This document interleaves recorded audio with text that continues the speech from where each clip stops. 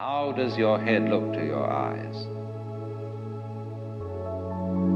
Well, I tell you, it looks like what you see out in front of you, because all that you see out in front of you is how you feel inside your head. So it's the same with this. And so, for this reason, the great sixth patriarch, Huineng in China, said that it was a great mistake for those who were practicing Buddhist meditation to try to make their minds empty. And a lot of people tried to do that. They sat down and tried to have no thoughts whatever in their minds. And not only no thoughts, but no sense experiences. So they'd close their eyes, they'd plug up their ears, and generally go in for sensory deprivation. Well, sensory deprivation, if you know how to handle it, can be quite interesting. It'll have the same sort of results as taking LSD or something like that. And there are special labs made nowadays where you can be sensorily deprived to an amazing degree. But if you're a sort of a good yogi, this doesn't bother you at all, send some people crazy. But if you dig this world, you can have a marvelous time in a sensory deprivation scene.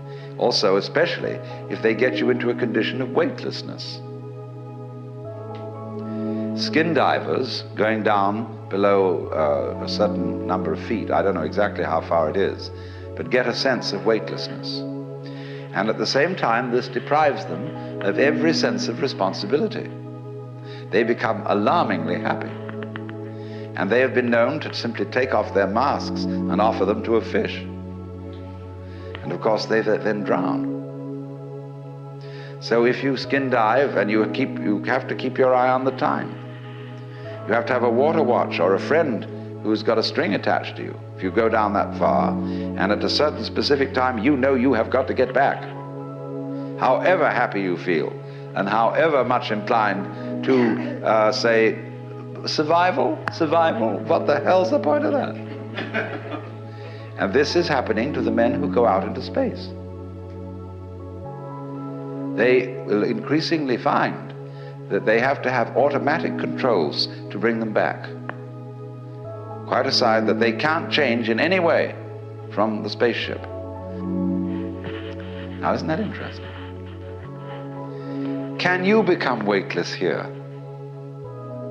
I said a little while ago that the person who really accepts transience begins to feel weightless. When Suzuki was asked, what is it like to have experienced Satori, enlightenment, he said it's just like ordinary everyday experience, but about 2 inches off the ground. Zhuangzi, the Taoist, said, it is easy enough to stand still. The difficulty is to walk without touching the ground. And why do you feel so heavy? It isn't just a matter of gravitation and weight. It is that you feel that you are carrying your body around. So there is a koan in Zen Buddhism. Who is it that carries this corpse around? And so when you feel it, common speech expresses this all the time. Life is a drag. I feel I'm just dragging myself around. My body is a burden to me. To whom? To whom? That's the question. You see? And when there is nobody left for whom the body can be a burden, the body isn't a burden. But so long as you fight it, it is.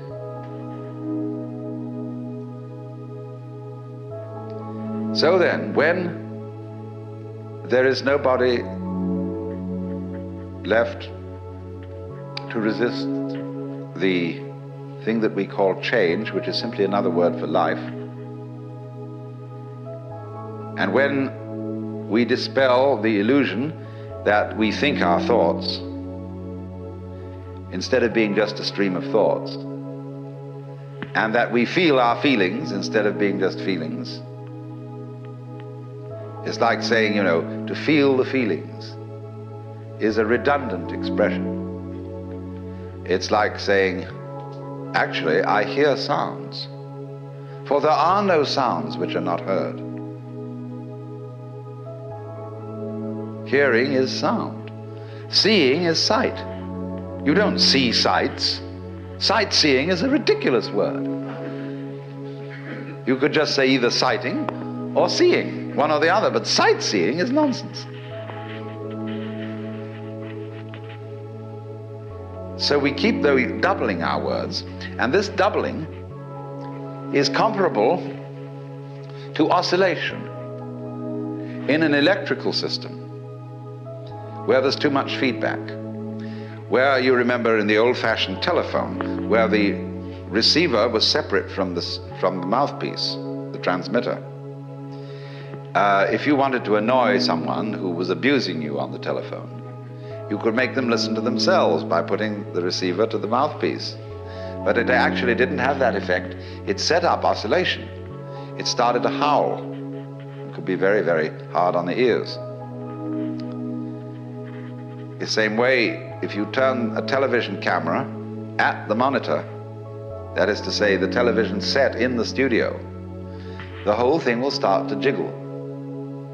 The visual picture will be of oscillation, like that. And the same thing happens here. When you get to think that you think your thoughts,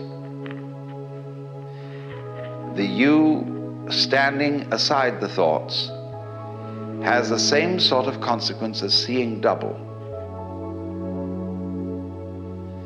And then you think, can I observe the thinker thinking the thoughts?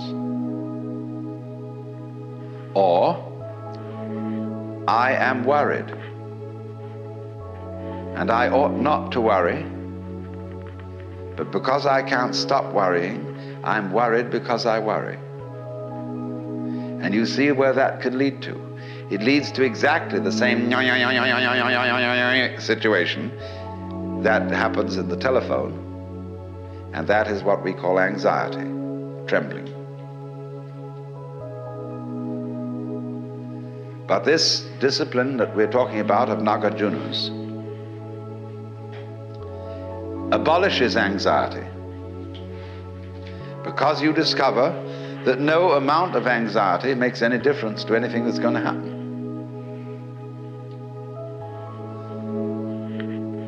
In other words, from the first standpoint, the worst is going to happen. You're all going to die. And don't just put it off in the back of your mind and say, I'll consider that later. It's the most important thing to consider now, because it enables you. It is the mercy of nature,